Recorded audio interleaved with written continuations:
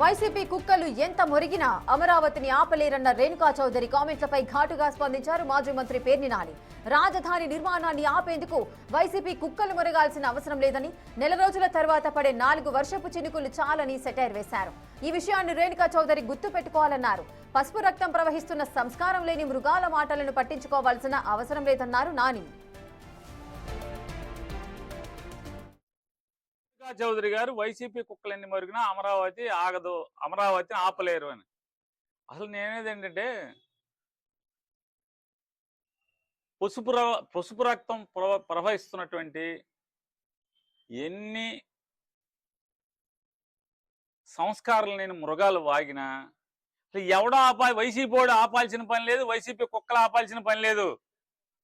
రేపు మామూలుగా 30 రోజులు, నెల రోజులు దాటితే 4 చినుకులు పడితే అది ఆగిపోద్ది అమరావతి. తల్లి అమ్మా, వైసీపీ కుక్కలా పక్కలా రేపు ఇంకో 30 రోజులు దాటితే 4 చినుకులు పడితే అది ఆగిపోద్ది.